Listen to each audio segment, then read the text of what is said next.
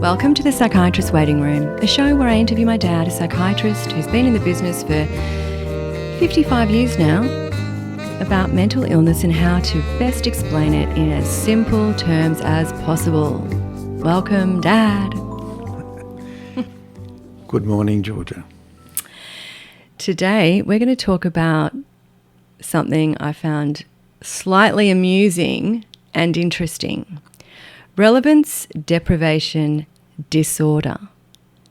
Now, I'm going to preface it with a story that you responded to, which made me realise there is such a thing as relevance deprivation disorder. I have a friend, we'll call him Matt. He was a famous, let's say, actor. He wasn't. He had a different career. He was well known throughout the US, and he comes back to Australia and he pivots his career because he's not getting that much work.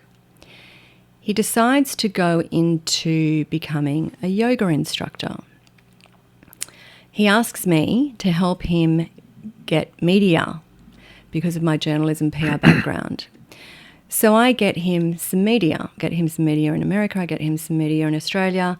I show you the spot that he's on TV, on the morning show, where he talks about how he has rediscovered his life through yoga. And I said to you, Dad, look at Matt on the TV. It's a pretty good spot. And the first thing you said was, sort of sniffing out a bit of relevance deprivation disorder here. And I went, wow. And you said, I don't know if he's particularly genuine or he's just desperately trying to regain the success he once had. And I thought, why was that? Why did you say that? And you said, well, is Matt building a yoga school and teaching, or is he just trying to get a spot on Oprah? And I said, the latter. And you said, well, yeah, relevance deprivation disorder right there. Can you just explain a bit about what you meant, what it is exactly?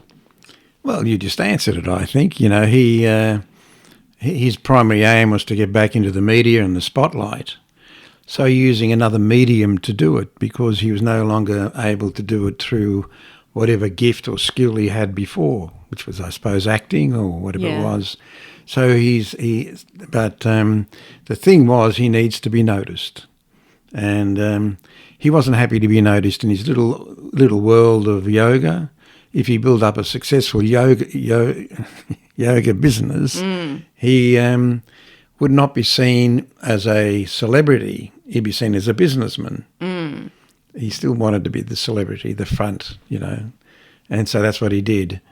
As I said, that was just obvious what his primary aim was, is to become relevant again on the media, in the public eye. People would notice him. Yeah, so why would it be a disorder? Is it because it's just completely ingenuine? Yes, it's because the purpose, he's posing himself as a yoga expert, but in actual fact he's not. He actually wants to be a TV expert. And you can see, and that's going to fail because it hasn't got any depth to it. It's he's doing it for the wrong reason. It'll work for a short period of time, but there's no mileage in it. What do you do after you've been on TV a couple of times and say, I'm running a yoga program? What do you do after that?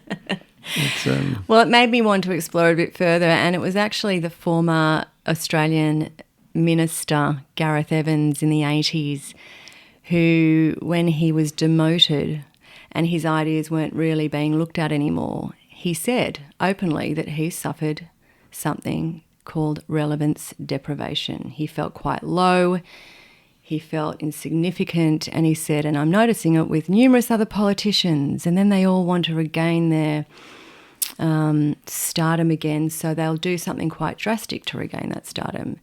So that's the other thing. Apparently, someone then tries to do something outrageous to regain or sustain their stardom. Is that correct? In my practice, I've had several people who had relevance deprivation syndrome. That's not the reason they were seeing me, but They were seeing me the results of that, which is primarily drinking, alcohol, or depression, or anxiety, or those sorts of things. But the core reason was that the industry that they were in were either the media, television, or being important in the music, or maybe academic, being a high academic who's retired, things like that. And they find that they've got huge amounts of knowledge. They know all about the music. They know all about acting. They know every acting school. They know all the important people. They've been academically important, or in whatever it is, in a big company. They've mixed with all these people. They've got a huge amount to offer, but no one wants to listen anymore.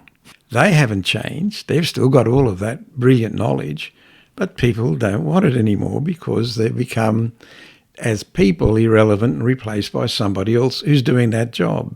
And that's the problem. And so in the end, they try to find ways to regain their lost fame. And most of them, that I have seen, have ended up with substance abuse of some sort.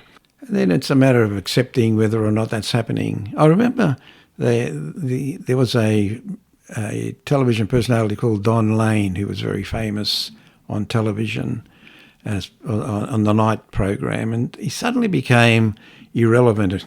And he was an American who'd been in Australia. And when he came, it was a very similar thing to the case you told me about. And I recall Don Lane coming back to visit Australia after a few years, and they said to him on TV, "What are you doing nowadays, Don?" And he says, "Oh, I do Vegas."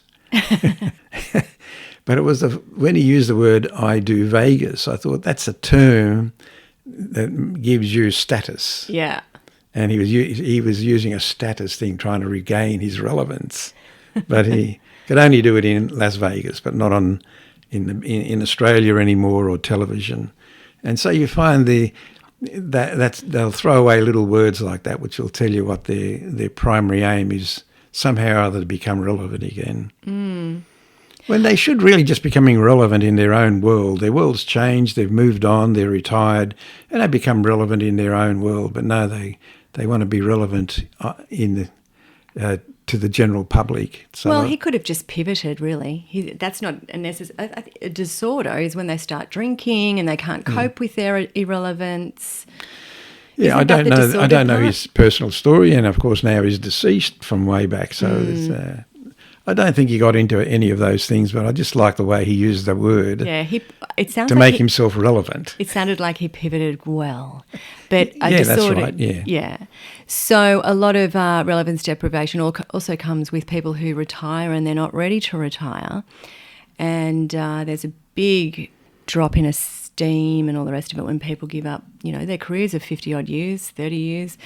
So there seems to be a lot of support out there for when you need to pivot into your next stage of life.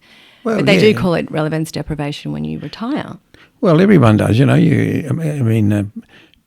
Elderly people become irrelevant because they're being told by younger people that you're no longer competent in managing your affairs. You need help. You need direction. You don't understand modern technology. And so relevance is being foisted onto you, onto people as irrelevance. We know about this. Being foisted onto people and told that. And it happens with everyone will go through that and how they manage that in their own little world and how relevant they'll be.